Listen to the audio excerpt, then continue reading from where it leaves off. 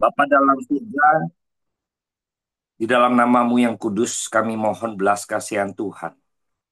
Karena kami tahu segala sesuatunya kalau bukan Tuhan yang sikapkan bagi kami. Siapakah kami manusia yang sudah berdosa, yang sudah terpolusi dan kolusi di dalam kehidupan sebagai status orang berdosa. Kalau bukan karena pembenaran yang dilakukan oleh Yesus Kristus mati di atas kayu salib. Tentu Tuhan, kami pada pagi hari ini mungkin tidak memiliki kesempatan untuk bersekutu, untuk mendengarkan kebenaran firman Tuhan. Dan kami percaya bahwa ada kasih karunia Tuhan dalam setiap orang yang sudah ditebus oleh Engkau. Kami berdoa, memohon Tuhan berikan anugerah kepada kami, untuk kami memahami rahasia daripada kebenaran firman Tuhan, sebagai kunci dalam kami menjalankan kehidupan kami. Dalam situasi apapun, biarlah kami teguh memegang prinsip. Dan biarlah pagi hari ini, kebenaran firman Tuhan yang boleh kami dengar bersama-sama. Tuhan berikan kami berkat-Mu. Hamba-Mu menyerahkan semua ke dalam tangan Tuhan untuk setiap perkataan, ucapan bibir hamba-Mu ini. Untuk Tuhan sendiri yang beracara atas setiap hati dan pikiran kami.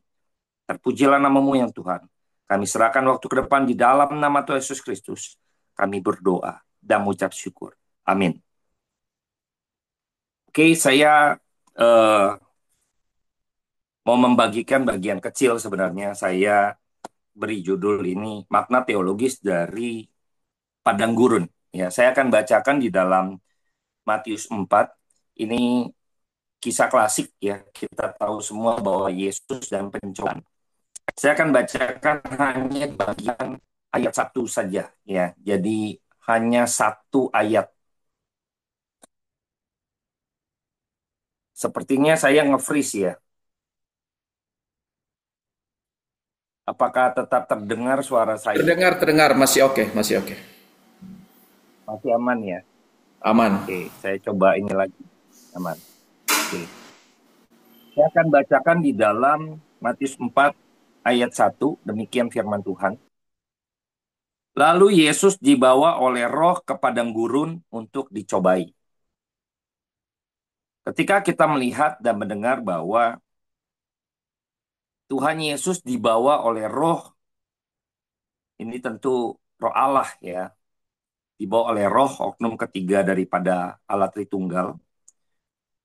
Ini setelah Tuhan Yesus ayat sebelumnya itu ketika Tuhan Yesus dibaptis.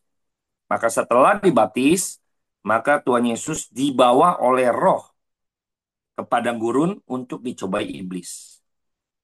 Sebenarnya di dalam ayat ini pun kita kalau mau eksegesis gitu ya, dalam satu ayat ini bisa ada tiga materi khotbah. Ya. Yang pertama mengenai, kita tahu inilah reform, saya hanya spill dulu ya, saya akan menitik beratkan ke padang gurun. Kalau saya pecah menjadi tiga, yang pertama adalah mengenai Tuhan Yesus dibawa oleh roh. Ya. Ini jadi inisiatif daripada roh Allah memimpin dalam kehidupan setiap orang percaya ya. Jadi kalau aliran reform tentu akan menentang teologis daripada kemakmuran dan kawan-kawannya. Teologis kesuksesan, kelancaran, dan lain sebagainya. Jadi ketika kita melihat bahwa sesungguhnya roh Allah atau roh kudus ini berinisiatif untuk membawa Yesus ke padang gurun. Tentu sesuatu yang bertolakan dengan yang namanya kesuksesan, ya, kelimpahan, kemakmuran, dan lain sebagainya. Nah, kayak kenapa eh, ayat ini pun sudah menggambarkan Tuhan tidak menjanjikan bahwa orang percaya itu akan berlimpah hidupnya, tanda petik. Ya.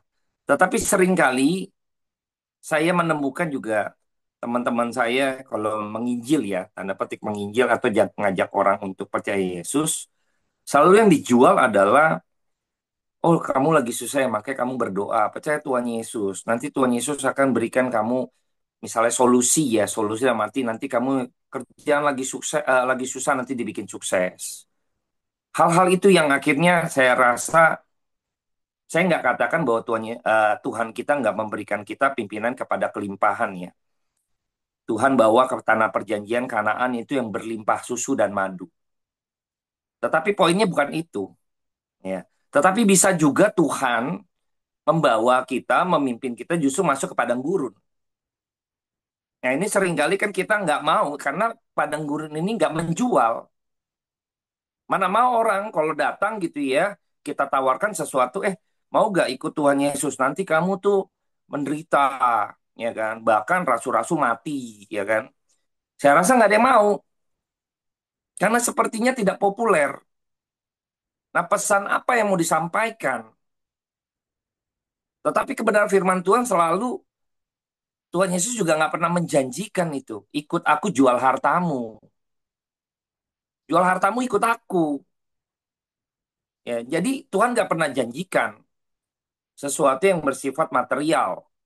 Tidak pernah. Tetapi seringkali kita menafsir diri gitu ya. Salah menanggapi, salah melihat, sehingga ekspresi kita terhadap memberitakan Injil juga bisa salah. Ya. Tapi saya nggak bahas itu. Yang kedua, bagian kedua mengenai padang gurun itu sendiri yang akan kita bahas. Dan ketiga sebenarnya dicobai iblis. Ini juga dicobai ya. Ini dicobai sebenarnya dalam kata Yunani itu menarik untuk didalami. Ada double meaning ketika kata dicobai bisa juga untuk diuji, ya diuji. Tapi saya nggak bahas bagian itu. Saya hanya membahas bagian padang gurun. Kita akan coba melihat bahwa padang gurun ini adalah bukan kebetulan padang gurun dipilih menjadi tempat di mana Alkitab seringkali mencatat mengenai padang gurun. Misalnya di dalam perjalanan bangsa Israel itu 40 tahun ya mengembara di padang gurun. Kita melihat juga bagaimana perjalanan Elia mengalami perjumpaan ilahi di tempat yang sama, padang gurun, dalam satu Raja-Raja 19 ayat 4 sampai 8.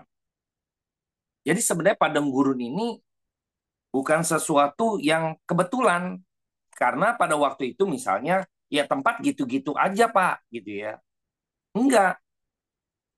Jadi beberapa tempat yang di dalam Alkitab dicatat itu sebenarnya memiliki makna teologis. Kalau kita bikin sebuah paralel, eh, tempat ya, tempat titik lokasi waktu Adam dan Hawa itu di Taman Eden. Nanti titik lokasi yang ekstrim yang seperti bertentangan adalah yang paradoks ya, yang berlawanan itu Taman Getsemani. Ya. Jadi ada dua taman titik itu punya makna teologis. Ya, Taman Eden penuh kelimpahan, Taman Getsemani yang tidak banyak pohon, yang justru boleh dikatakan ya sepi lah gitu ya, tidak banyak kelimpahan. Dan di tengah-tengah itu padang gurun. Ya, ini titik penting. Makanya ini bukan sekedar letak geografis, tapi padang gurun menjadi tempat yang penuh dengan makna teologis. Nah, hari ini saya coba untuk kita bahas bagian kecil saja gitu ya, karena mungkin takut cukup panjang. Ya, kalau kita melihat padang gurun ini tempat yang dipilih untuk memberikan sebuah pengharapan bagi kita sesungguhnya. Karena pada waktu itu bangsa Israel itu telah gagal, ya, telah gagal sebagai bangsa atau umat pilihan, telah gagal. Karena kita tahu di padang gurun itu bangsa Israel bersungut-sungut dan ya menyembah kepada Allah lain.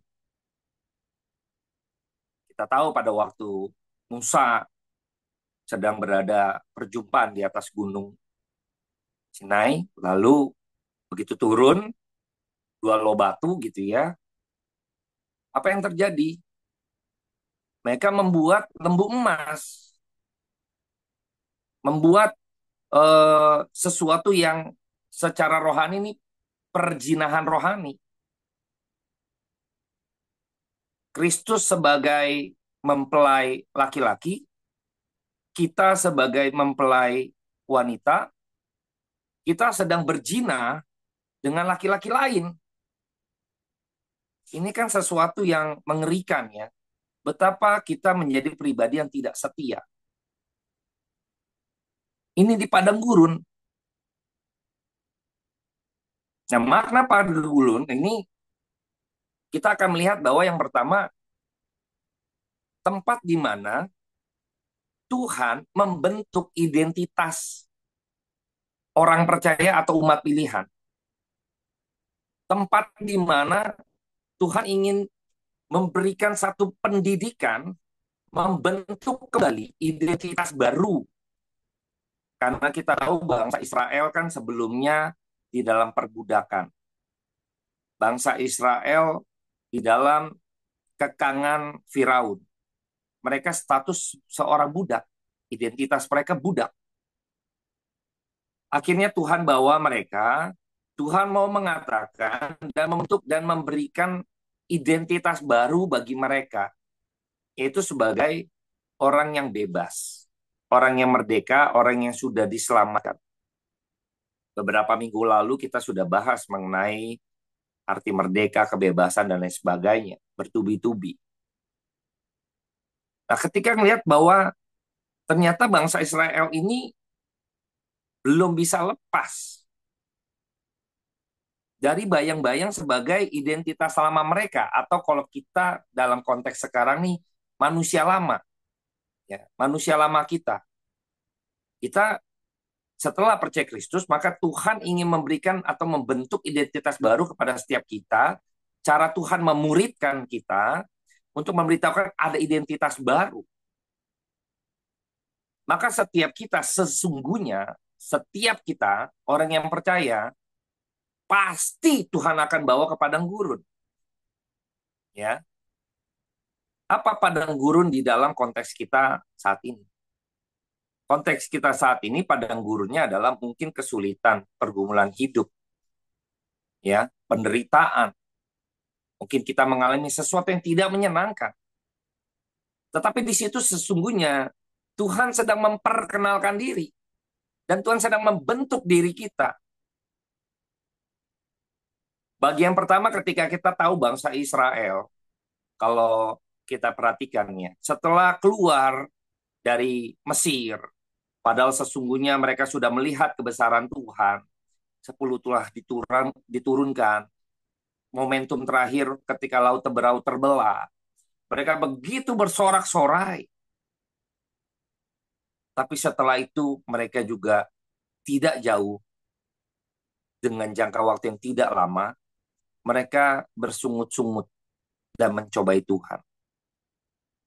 Ya, itulah sesungguhnya bangsa Israel harus belajar mengenal diri dia. Kalau ambil bahasa Pak Yakub ya, kita tuh diajar untuk mengenal diri. Mengetahui, oh ternyata saya seperti ini loh. Sehingga kita menyadari betapa saya membutuhkan Tuhan. Harusnya begitu. Ketika kita masuk di dalam ketengah-tengah penderitaan kita atau padang gurun kita masing-masing, sebenarnya Tuhan sedang membentuk identitas baru kita loh. Iya ya, saya nih punya sesuatu yang mengenal diri saya nih yang begitu sesuatu yang akhirnya oh iya ya, saya nih orang berdosa ya. Akhirnya bisa melihat Tuhan sebagai Allah yang hidup, Allah yang memberikan kehidupan bagi saya ya. Celaka saya. Membawa kita pada kerendahan hati merefleksi diri kita. Yang akhirnya membawa sebuah transformasi. Inilah padang gurun. Kalau kita perhatikan sekali lagi dengan cermat, ada perkataan yang menarik, cuman saya nggak mungkin detailit gitu ya. Pada waktu bangsa Israel sebelum keluar, masuk ke padang gurun, keluar dari Mesir, Itu ada perkataan kalimat di dalam peristiwa itu, Tuhan mengganti umat Israel menjadi pasukannya. Menjadi pasukannya. Artinya apa? Tuhan sedang melatih menjadi satu identitas baru. Makanya nggak heran kalau kita perhatikan, Tuhan kan perintahkan, tiang awan, tiang api bergerak, engkau ikutin. Ini saya dulu pernah ngikut satu camp semi militer, ya militer. Jadi kita ikut camp untuk dilatih menjadi pelayan Tuhan tuh yang sigap, ya. Jadi ketika kita mendengar satu fluid, itu dalam hitungan hitungan 10 detik dari hitungan komandan, misalnya dia begitu prit dibunyikan, kita harus kumpul di titik yang sudah ditetapkan. Itu dia hitung 10, 9, 8. Kita harus menuju ke sana dengan atribut kita yang lengkap. Gak boleh ada yang tertinggal. Bangsa Israel dilatih. Tadinya kan, oh iya dia udah ada ritmenya nih. Pagi kerja, pulang malam, makan, tidur, ketemu keluarga, besok kerja. Udah ritmenya seperti itu, ritmenya seperti itu. Bayang-bayangnya seperti itu. Itu budak. Tuhan ganti ritmenya dengan ritme Tuhan untuk membentuk identitas baru sebagai orang yang merdeka. Tuhan acak-acak itu ritme mereka. Tuhan semau-maunya Tuhan gitu ya, bukannya semena-mena ya, untuk melatih. Supaya apa? Melepaskan atribut lama. Karena itu eh, sangat membentuk gitu ya. Apa yang kultur daripada Mesir, cara kerja mereka itu membentuk diri mereka. Nah, Tuhan mau ubah itu, Tuhan mau bongkar itu untuk supaya mereka memiliki identitas baru, ikutin ritmenya Tuhan. Kebayang Bapak Ibu ya, kita nggak tahu ini kapan bergerak, kita bikin tenda nih, berhenti nih tiang awan, tiang api, yuk kita bikin tenda, bangun tenda, udah selesai, barusan selesai, aduh kita mau ngaso, tiang awan, tiang api bergerak Bapak Ibu, bongkar buru-buru, bayang ya, betapa sulitnya gitu ya. Kita tidak tahu. Tuhan suruh jalan sekarang jalan. Terus Tuhan suruh bergerak bergerak. Nggak bisa. Tuhan sedang melatih kepekaan bangsa Israel untuk mengetahui kehendak Tuhan dan maksud Tuhan. Ini bagian penting. Di dalam kehidupan kita pun, waktu masuk ke padang gurun dan harus, Bapak Ibu ya, bagi saya ketika saya menggali hal ini, sesungguhnya umat pilihan, orang percaya, mereka harus masuk ke padang gurun. Kalau mereka yang tidak masuk ke padang gurun, berarti mereka adalah orang-orang yang dibiarkan Tuhan. Seperti orang-orang fasik, dibiarkan saja itu. Nggak masuk ke padang gurun. Tuhan nggak mau bentuk orang-orang yang sudah fasik gitu loh. Tapi justru Tuhan akan bawa umat kesayangannya untuk dibentuk. Tuhan mau membentuk kita, maka Tuhan hadirkan padang gurun. Jadi ini makna dan pengharapan kita ya. Bahwa Bapak Ibu, waktu masuk ke dalam sesuatu yang sulit, mungkin kita sebutkan saja kita masuk dalam padang gurun. Sesungguhnya Tuhan sedang memberikan pembentukan buat kita. Kita patut bersyukur. Bagian kita hanya untuk merefleksi diri. Lihat, bentuk kepekaan. Apa maksud Tuhan? Apa kehendak Tuhan ketika kita merasa misalnya ya, sakit. Lalu kita merefleksi diri. Aduh, Tuhan. Tuhan kasih sakit buat saya misalnya ya. Kita bergumul untuk kesembuhan. Tapi kita jangan lupa. Ada maksud Tuhan atau ada kepekaan lain yang Tuhan pengen kita sadar, yaitu apa? Sadarlah apa yang terjadi saat ini, misalnya sakit. Kamu tuh udah diperingatin sama temen, misalnya ya, pasangan hidup kamu, jangan makan tetelan, jangan makan yang santan-santan, umur kamu udah usia kepala 4, misalnya ya. Kita masih bandel. Nah ini bagian refleksi, sederhananya. Kita akhirnya sakit. Kita berdoa untuk sembuh. Oke, bukan masalah sembuhnya yang Tuhan mau. Engkau refleksi gak? Kalau saya kasih sembuh, kamu nggak refleksi diri, makan lagi, lebih hebat lagi makannya, langsung modar itu. Tapi coba deh, saya percaya Tuhan akan berikan kesembuhan, misalnya sakit ya. Tapi kalau Anda dan saya nggak refleksi, jangan berharap Tuhan berikan kesembuhan. Jangan berharap. Bukan saya tidak, maksudnya mendikte Tuhan, tidak. Tapi ini bagian yang poin penting adalah, apakah kita merefleksi diri? Itu yang Tuhan mau. Inilah kepekaan yang Tuhan pengen hadirkan di padang gurun itu. Ada gak kepekaanmu? Ada gak kita akhirnya memberikan refleksi dalam diri kita dan membawa kepada satu transformasi? Aku harus berubah. Oke Tuhan, terima kasih. Bangsa Israel terus dibimbing. Masuk zaman Yosua pun Tuhan terus bentuk Bapak Ibu. Walaupun masuk di dalam tanah perjanjian. Kita tahu ada kasus gitu ya. Yosua masuk nyerang Yeriko roboh. Kota A yang lebih kecil kalah gitu ya. Karena secara komunal ada pasukannya yang tidak taat. Bayangkan ya. Tuhan berikan penghukuman. Nah, saya nggak cerita itu ya. Jadi seringkali kalau nggak merefleksi diri, akhirnya Yosua merefleksi diri pasukannya ya. Kita kalau nggak merefleksi diri, kita tuh apa ya? Kita minta sesuatu yang Tuhan bukan yang nggak kasih, enggak. Karena kamu minta sesuatu yang membuat kamu tambah parah nantinya. Kalau saya sembuhkan sekarang tapi kamu nggak refleksi, kamu akan menjadi-jadi. Dan saya percaya, waktu saya refleksi, waktu saya nggak sembuh pun, saya sudah disembuhkan secara pribadi saya di dalam kerohanian spiritual saya.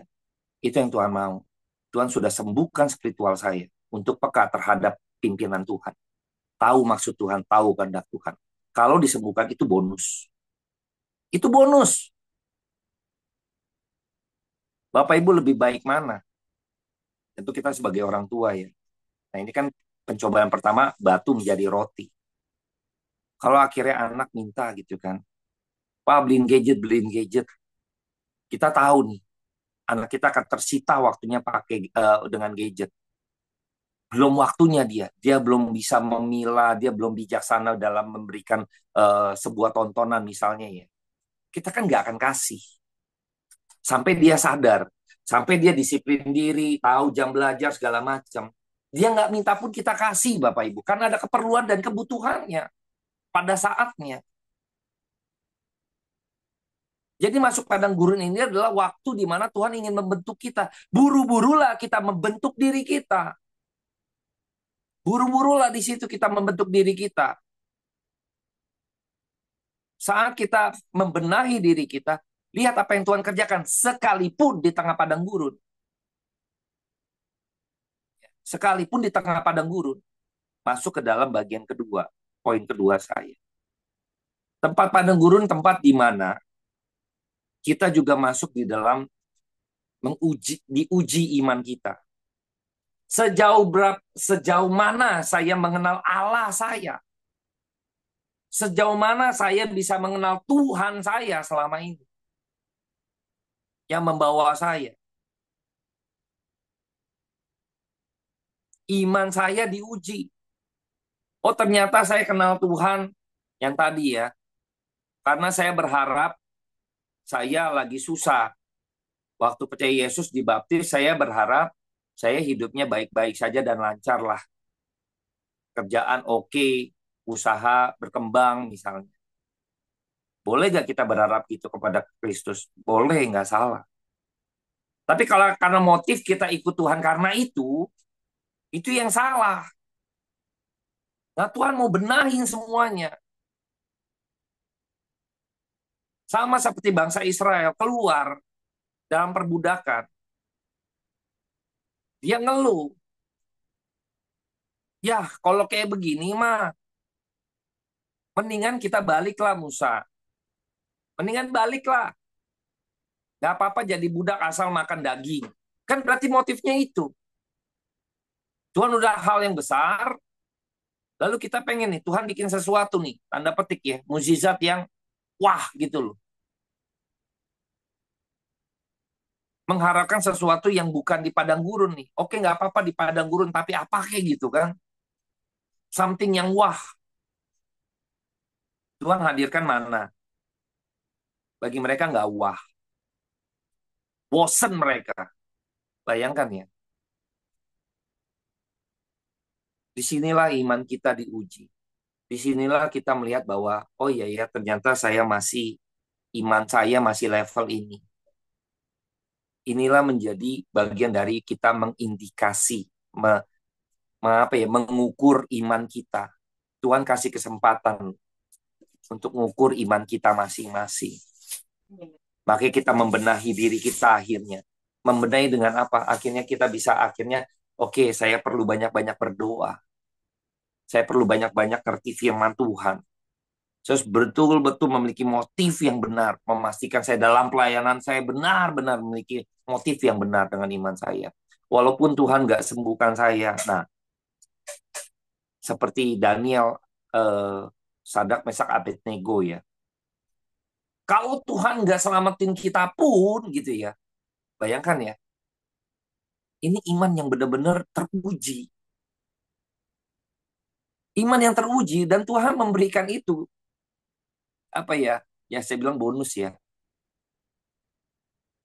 Saya nggak melihat bahwa di Daniel khususnya waktu masuk gua singa, ada pergumulan doa dia, Tuhan tutup mulut singa. Tuhan bikin singa menjadi ompong. Jadi waktu dia gigit-gigit saya geli-geli doang gitu kan. Saya kayak main sama papi gitu ya. Main sama maksudnya anjing peliharaan. Saya nggak melihat itu. Mati pun nggak apa-apa. Tapi integritas saya waktu di hadapan raja gitu ya. Saya benar. That's it.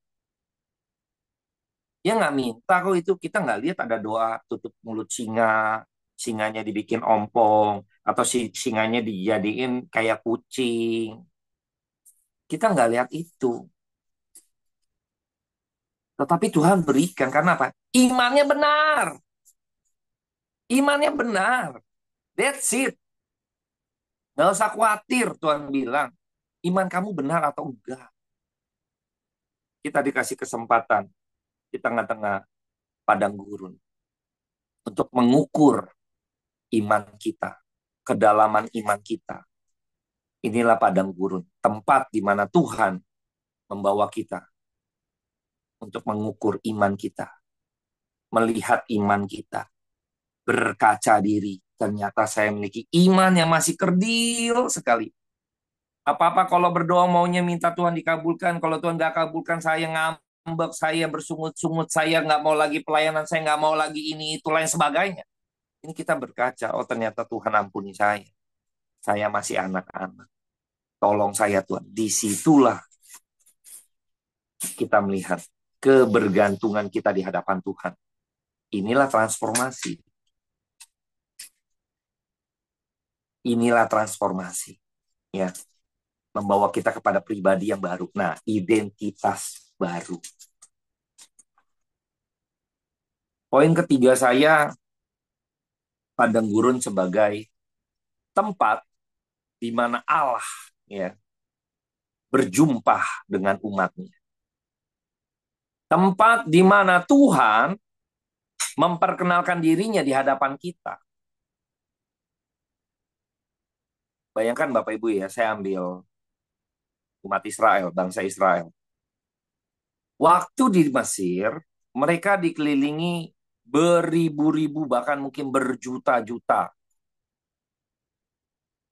dewa, dewi, Baal, apapun itu. Semua reliknya, semua budayanya, upacaranya.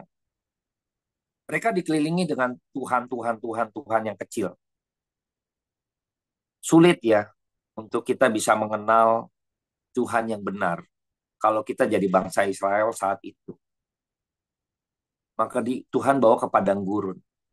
Relik nggak ada. Aduh, padang gurun gersang Bapak Ibu. Kita tahu ya, itu tuh tempat di mana nggak ada prospek-prospeknya. Itu tempat di mana nggak ada tempat persembunyian, justru jadi mangsa. Bukan kayak di hutan. Kita bisa ngumpet di pohon, kita bisa ngumpet di goa, kita bisa ngumpet di misalnya dahan-dahan, di rumput-rumput kita, di sungai kah gitu ya, di lembah, kita bisa bikin satu tempat. Enggak, padang gurun enggak begitu. Orang kalau kabur ya, kalau di film-film, dikejar dia masuk ke hutan supaya susah dicari. Banyak tempat persembunyian. Tapi kalau orang nih di padang gurun, dia mau lari kemana? Kelihatan. Nggak ada tempat buat ngumpet, Bapak Ibu. Nggak ada tempat terus persembunyian. Istilahnya kita telanjang. Mau kemana? Singa juga bisa makan itu. Tempat di mana kita nih jadi benar-benar jadi mangsa ya. Kalau nanti pendekatan domba gitu ya. Saya nggak arah ke sana ya. Tapi saya mau kasih tahu bahwa tidak ada relik apapun. Engkau nggak ada lagi ala-ala ilah-ilah yang kamu selama ini dipengaruhi. Hanya Tuhan saja. Cara Tuhan indah, Bapak Ibu ya. Kalau saya pikir-pikir, waduh, kenapa Tuhan taruh di padang gurun? Indah sekali itu tempat. Kenapa indah? Karena hanya Tuhan yang asli, yang sejati, yang hidup, yang sungguh-sungguh, yang bisa dipertontonkan, yang bisa disaksikan oleh bangsa Israel. Indah bukan Bapak Ibu ya? Tempat di mana benar-benar Allah yang benar, yang datang dan kita enggak terkecoh, dan kita enggak salah. Itu udah pasti kita enggak salah. Inilah Allah. Tapi pada waktu di bangsa Israel masih di Mesir, kalau banyak relik, banyak dewa-dewa, lukisan, ada Allah yang sejati hadir, kita mungkin akan, oke, Allah gitu ya. Kita nggak bisa tahu, kita akan nyamain ini Allah seperti Allahnya, misalnya gitu ya, ini Heket lah gitu ya, misalnya Ra, ya sama lah dengan dewa-dewa ini. Tapi di padang gurun, enggak. Karena nggak ada sesuatu pun, tidak ada pribadi Allah, Allah kecil tadi, ilah-ilah palsu, Baal-Baal yang ada di sana. Maka bangsa Israel dengan firm, ini Allah. Ya, indah ya Bapak Ibu ya. Tapi ternyata nggak juga Bapak Ibu. Buktinya mereka membangun lembu emas, anak lembu emas. Karena di pikirannya masih ada, nggak gampang. Nggak gampang. Itu sebabnya makanya di abad pertengahan, abad reformasi, Calvin gitu ya, dengan semangatnya dan juga Martin Luther dan kawan-kawan, itu gereja dirombak. Nggak ada lukisan-lukisan, ya kan, atribut-atribut itu gitu loh. Upacara-upacara misa yang disakralkan atau apa gitu ya, itu dihilangkan. Bukan karena nggak suka dengan lukisan, bukan. Karena membentuk mindset yang lama, yang bisa terbawa, akhirnya reformasi nggak terjadi. Makanya reformasi itu benar-benar dibongkar. Nah, kalau saya ambil dalam pergerakan eh, abad pertengahan, abad 16, reformasi, maka bangsa Israel tuh sedang dibawa gitu ya. Jadi Martin Luther, Calvin dan kawan-kawan ini mirip sekali Tuhan Allah mereformasi bangsa Israel. Ya, rombak semuanya di padang gurun, gak ada apa-apa. Wah, mantap ya. Sehingga bisa memastikan mengenal Allah yang satu-satunya itu, yang sejati. Kalau kita lihat juga bagaimana Allah berjumpa dengan Musa, bagaimana juga Elia berjumpa dengan Tuhan Allah di padang gurun. Inilah makna teologis dari padang gurun. Sebagai penutup, saya ada pemikiran buat kita ingat, mungkin diingatkan. Ini bahan yang bisa kita gali lagi nanti sama-sama. Kita harus ingat salib Tuhan, cross, kalau bahasa Inggrisnya, CROSS. Waktu kita masuk padang gurun, kita harus bisa melihat salib Tuhan atau cross. C-nya itu critical thinking. Milikilah pikiran yang kritis terhadap diri dan situasi yang terjadi. Waktu kita kritis terhadap yang terjadi saat ini padang gurun kita, ya, itu membawa kita kepada satu refleksi yang mendalam. Jangan salahkan keadaan, Bapak Ibu. Jangan salahkan keadaan, sekali lagi. Kita tahu bahwa manusia jatuh dalam dosa, itu saling menyalahkan. Naturnya begitu, ya kan? Adam nyalain Hawa, nyalain Tuhan. Tuhan sih yang kasih Hawa. Perempuan itu loh, yang Tuhan taruh itu loh. Itu nyalain Hawa tuh sama aja kayak nyalain Tuhan itu. Hawa nyalain ular, ular bingung mau nyalain siapa. Ini salah-salahan, menyalahkan keadaan itu natur dosa.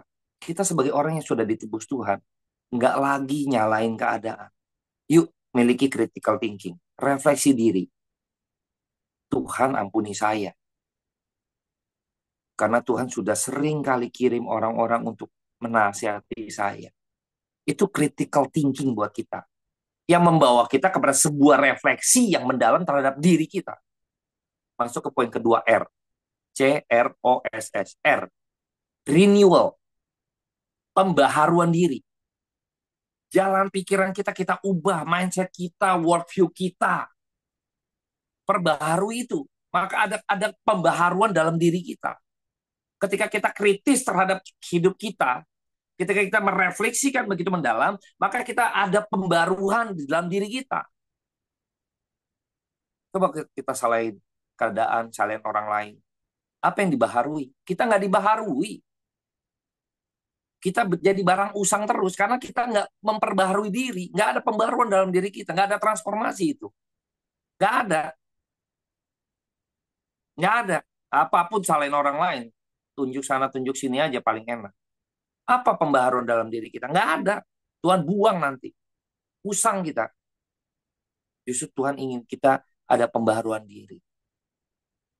O, CROSS ya. Obedience. Ketaatan. Ada juga peristiwa di mana Anda dan saya kayak Ayub ya. Ayub kan jatuh miskin ya, sakit. Itu bukan karena dia makan kebanyakan, dia makan eh, nggak teratur, dia hidupnya berantakan, suka main cewek gitu ya, suka berzina. Kan Ayub enggak. Tapi ada maksud Tuhan, Tuhan izinkan itu terjadi. Ada yang seperti itu. Apakah kita mau taat? Adakah ketaatan? Kalau Tuhan emang sudah tetapkan kita, misalnya ya, saya bukannya menganut pada doktrin yang ekstrem juga ya, doktrin kemiskinan adalah doktrin yang sejati gitu ya, karena sesuai dengan perintah Tuhan atau sesuai dengan hidupnya Tuhan, bukan. Kalau Tuhan tetapkan misalnya kita jadi orang miskin gitu ya, seperti Lazarus yang miskin. Itu kan sebenarnya Lazarus ditetapkan miskin ya di depan orang kaya. Itu ada maksud Tuhan toh, supaya apa? Menjadi pesan bagi orang orang kaya itu, tapi orang kaya itu nggak bertobat. Kita tahu juga di dalam Alkitab, di dalam Yohanes 9, orang buta sejak lahir. Tuhan bilang bukan dosa ayah dan ibunya, bukan. Tapi ada maksud Tuhan, ada rencana Tuhan. Kita mau taat gak? Masuk dalam rencana Tuhan yang mungkin. Siapa sih yang bisa memilih lahir gitu ya, dengan mata yang bagus? Kan kita nggak bisa pilih. Kita mau bilang Tuhan nggak adil. Orang lain semua waktu lahir ada mata. Saya nggak ada loh Tuhan. Tuhan nggak adil. Bayangkan ya. Tapi orang ini taat loh. Sampai usianya dikatakan dewasa. Katakanlah kita bicara kalau mungkin di masa-masa Kristus dianggap sudah boleh pelayanan usia 30 tahun. Mungkin selama 30 tahun dia buta, Bapak Ibu. Kebayang nggak? Kita 30 tahun hidup susah. Tapi kalau itu maksud Tuhan, ada maksud Tuhan di balik itu. Mau taat atau enggak? Cari kehendak Tuhan. Tapi ada juga yang tadi saya bilangnya. Kita menderita mungkin karena kesalahan kita. Ada. Makanya bangun hubungan yang intim sehingga kepekaan itu ada buat kita loh. Ya. Ada kepekaan itu. S. CROSS. S-nya itu surrender. Surrender. Berserah bukan menyerah. Ya. Menyerah itu pasrah, ya udahlah gitu kan. Tuhan mau saya begini. Beda ya Bapak Ibu ini sering kali saya ngomong sama teman saya, aduh, menyerah sama berserah itu beda. Berserah itu gini loh, menyerah itu kan saya pasrah dalam arti saya belum coba udah takut duluan. Udah begini, udah begini, udah begini. Di depan begini, kayak bangsa Israel yang waktu 12 pengintai gitu ya. Aduh, ini gede-gede gitu kan. Aduh, kita mah di orang udah ahli militernya udah jago. Kita mana bisa berantem. Kita kecil-kecil gitu ya. Ini namanya menyerah gitu ya. Bukan berserah. Tapi Yosua dan Kaleb itu berserah. Enggak. Tuhan mau. Kita bisa kalau Tuhan mau. Karena Tuhan ada di pihak kita. Itu berserah. Kita fight dulu. Kita kerjakan bagian kita, Tuhan kerjakan bagian Tuhan. Itu namanya surrender. Bukan kita do nothing. Jangan begitu Bapak Ibu ya. Kerjakan bagian kita dulu gitu loh. Baru misalnya, wah kita udah fight misalnya. Saya udah berusaha gitu kan. Fight nih, kerja, kerja, kerja, kerja, mau sukses segala macam. Oh berserah. Tuhan mau, misalnya kayak Musandi pernah bersaksi ya. Dia kan karir, profesionalisme. Kerja, kerja, kerja. Tuhan pengen dia jadi hamba Tuhan. Mau ngomong apa? Mau ngomong apa? Iya kan? Surrender kepada kehendak Tuhan akhirnya finalnya. Tapi kan kita terus berusaha. Jangan maunya, saya dipanggil Tuhan jadi hamba Tuhan. Saya sampai hari ini pun surrender sama Tuhan. Fight kalau emang kehendak Tuhan. Saya nggak tahu gitu loh. Terus menggumulkan. Tapi kan saya nggak mau kegeeran juga. Jangan-jangan Tuhan nggak panggil. Itu menjadi satu refleksi bagi saya tuh. Itu teman saya pernah bilang begitu ya mas saya. Sharing gitu kan. Jangan-jangan Tuhan nggak panggil lu gimana Ki? Panggilan dalam arti bukan menjadi hamba Tuhan. Widih, itu sampai hari ini kalimat itu terus membawa saya kepada terus refleksi loh. Tuhan panggil saya gak ya? Anak saya pernah tanya juga, Papa tahu dari mana Tuhan panggil Papa jadi hamba Tuhan? Gila ya Bapak Ibu ya. Pertanyaan ini pertanyaan yang sangat merefleksi saya. Sampai hari gumulin terus. Surrender, fight dulu. Untuk saat ini Papa gini gini gini saya bilang. Saya bikin satu jurnal buku ya. Sampai target saya udah kasih ke Pak Yakub selaku ketua sinode. Ini salah satunya. Jadi saya target saya 6 seri untuk GKK ya. Mungkin bisa lain waktu kita bisa pakai atau apa saya nggak tahu. Tapi saya coba berkarya. Tuhan kasih kerinduan segala macam udah. Itu fight. Surrender Bapak Ibu. Yang terakhir setiap kita ada problem tentu kita pengen adanya solution. Kita akan dapatkan jalan keluar Bapak Ibu. Kita pasti akan dapat jalan keluar. Tuhan pasti buka jalan. Pertanyaannya kita nggak pernah lihat jalannya Tuhan. Tuhan kasih solution. Nggak mungkin nggak ada. Engkau kekurangan hikmat minta. Mengapa harus minta hikmatnya? Yang tadi ya. Kalau nggak ada hikmat, kita nggak mungkin ada critical thinking. Nggak ada critical thinking. Nggak ada kritis terhadap diri kita dan situasi yang terjadi. Nggak ada. Nggak mungkin ada pembaharuan, renewable. Nggak mungkin ada ketaatan, obedience tadi. Nggak mungkin ada penyerahan diri terhadap kehendak Tuhan, surrender. Nggak ada ini. Nggak mungkin ada solusi. Kita nggak bisa lihat jalan Tuhan jadinya. Nggak bisa lihat jalan Tuhan. Ini bagian kecil yang saya rasa juga cukup panjang saya sharing pada pagi hari ini. Ini bagian yang saya juga kerjakan Bapak Ibu ya.